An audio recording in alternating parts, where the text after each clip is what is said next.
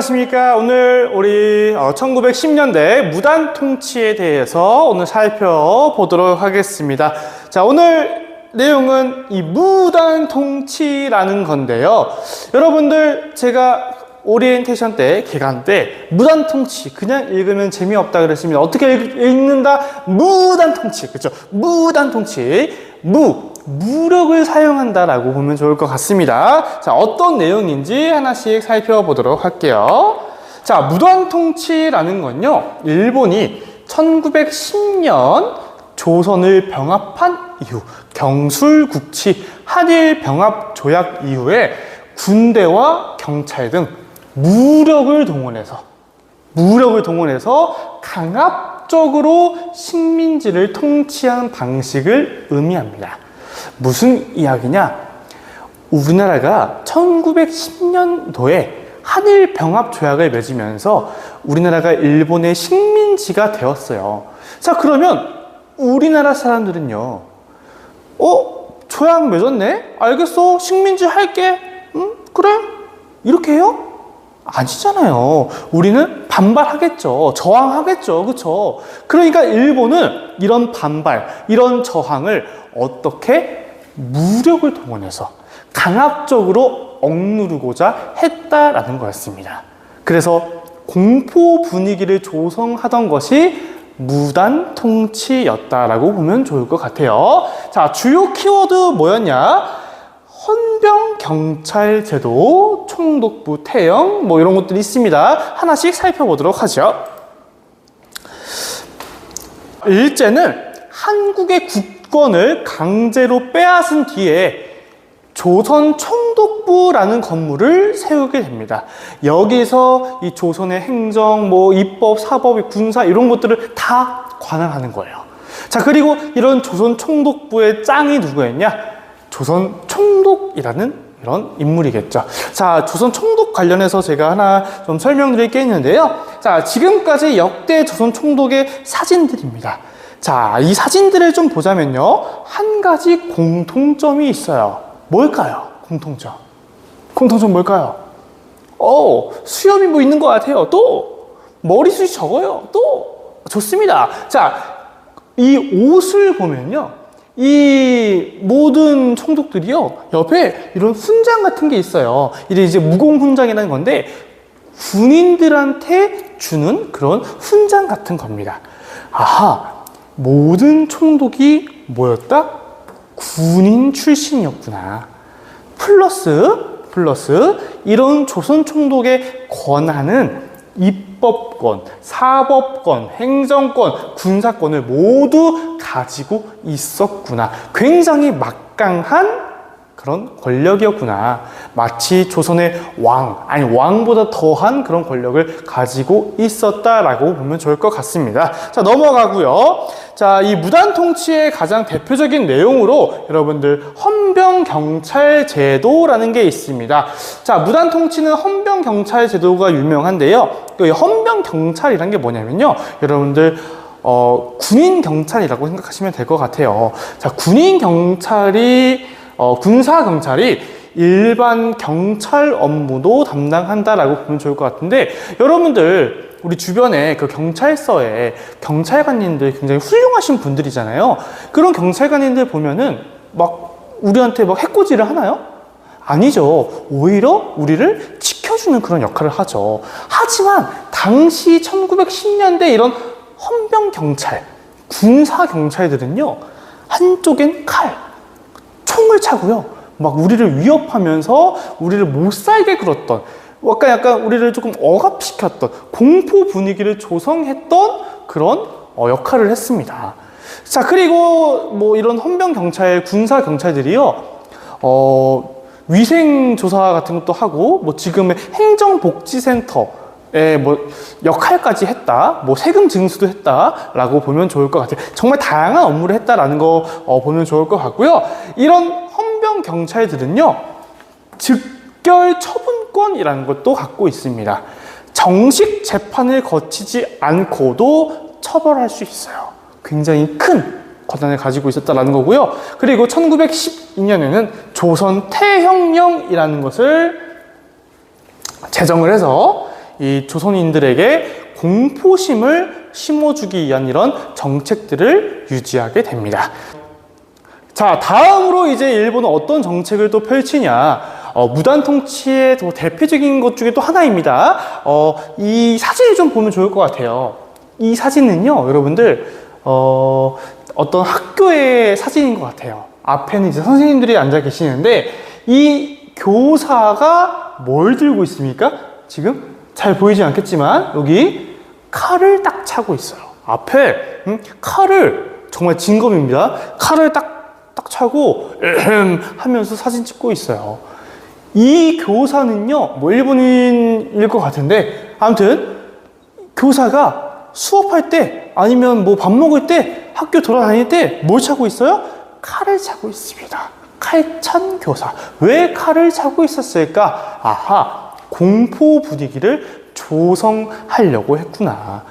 이 조선인들에게 의식적으로 혹은 무의식적으로, 야, 너네 일본한테 저항하면, 속된 말로 개기면 어떻게 되는 거야? 골로 가는 거야. 조심해! 라고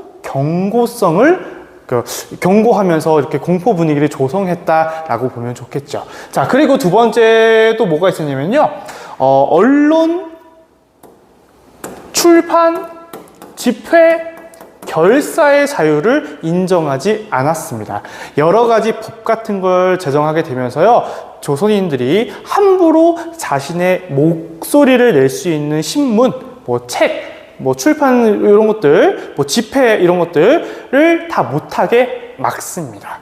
그래서 우리의 자유가 굉장히 많이 훼손됐다라는 것까지 같이 기억하면 좋겠습니다. 자, 지금까지 뭐가 있었죠? 조선 총독부 있었고요. 총독이 있었고요. 군인 출신만 이제 임명하시졌다. 플러스 두 번째가 아까 봤었던 헌병경찰제 있었고요. 세 번째, 칼찬 교사. 공포 분위기를 조성하려고 했었고요. 네 번째, 언출집결의 자유가 없었다. 자, 다섯 번째 뭐가 있었냐? 교육적인 측면입니다. 자, 교육적인 측면에서는 우리 우민화 교육이라고 부르는 게 있습니다. 우민화 교육이 뭐냐? 어리석을 우자입니다. 백성 민자예요.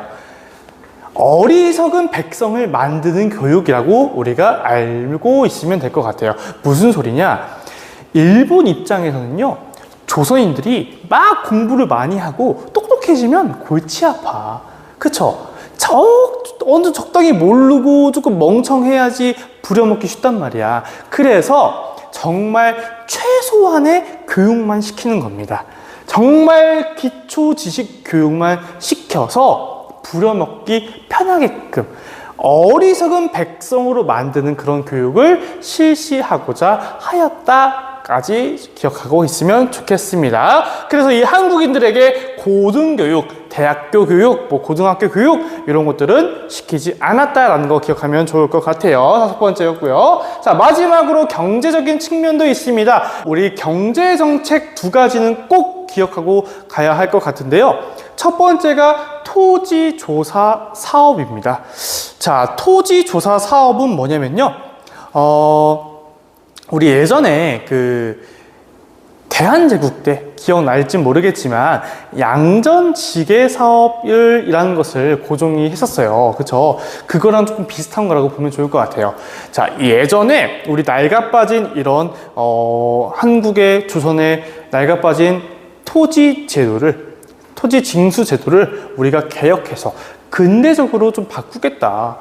겉으로 되게 좋아 보이잖아요. 그렇죠? 하지만 여기 속에 어떤 의도가 좀 담겨져 있었냐? 일본이 이 안정적으로 토지세를 확보해서 이 식민지 통치 자금을 마련하겠다라는 그런 의도가 여기 담겨 있습니다.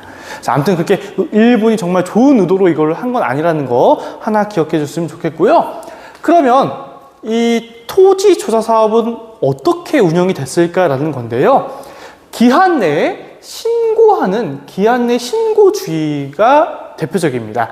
자, 총독이 딱 기한을 정해줘요. 몇 월 며칠까지 이 땅이 자기 땅이라는 것을 증명하시오. 신고하시오. 그러면 그 기한 내에 우리가 신고를 하면은 이 땅은 내 땅으로 인정을 받는 거예요. 뭐 증명서도 받고 많은 사람들이 인정받았어요. 근데 여러분들 뭐였냐면요, 뭐가 문제였냐? 일단 기한이 어때요? 기한이 짧아요. 또 신고할 때 내야 될 서류가 많아요. 그래서 거의 뭐 글을 모르는 사람들, 뭐 지식이 없는, 그런 관련된 지식이 없는 사람들은, 정보가 느렸던 사람들은요, 신고하지 못한 사람도 되게 많았다고 해요. 그러면 신고를 못하면 어떻게 되는 거예요? 이런 미신고 토지는 누구한테 넘어가요? 조선 총독한테 넘어갑니다. 그럼 이 조선 총독부가 그런 미신고 토지를 싹 모은 다음에 어디에 넘기냐? 중요합니다. 동양척식 주식회사, 우리가 줄여서 동척이라고 불리는 이런 부동산 회사에 싸게 넘겨요. 그럼 이 동양척식 주식회사라는 곳에서 이 미신고 토지를 이제 싹 사들여서 누구한테? 일본인 혹은 친일파한테 뿌리게 됩니다. 자, 이 토지 조사 사업의 결과로 일부 농민들의, 많은 농민들의 토지가 빼앗기게 되었고요. 그리고 그 토지가 누구한테 넘어가게 되었다? 일본인들한테 넘어가게 되었다. 토지를 빼앗겼구나 정도 기억하면은 좋을 것 같습니다. 이 동양척식 주식회사라는 회사명은 꼭 하나 기억하시면 좋겠습니다. 자, 두 번째 경제정책으로요, 우리 회사령이라는 게 있습니다. 자, 우리나라 사람들이 회사를 설립하기 전에는 누구의 허락이 필요하다? 조선 총독의 허가가 필요하다. 허가제. 회사 설립을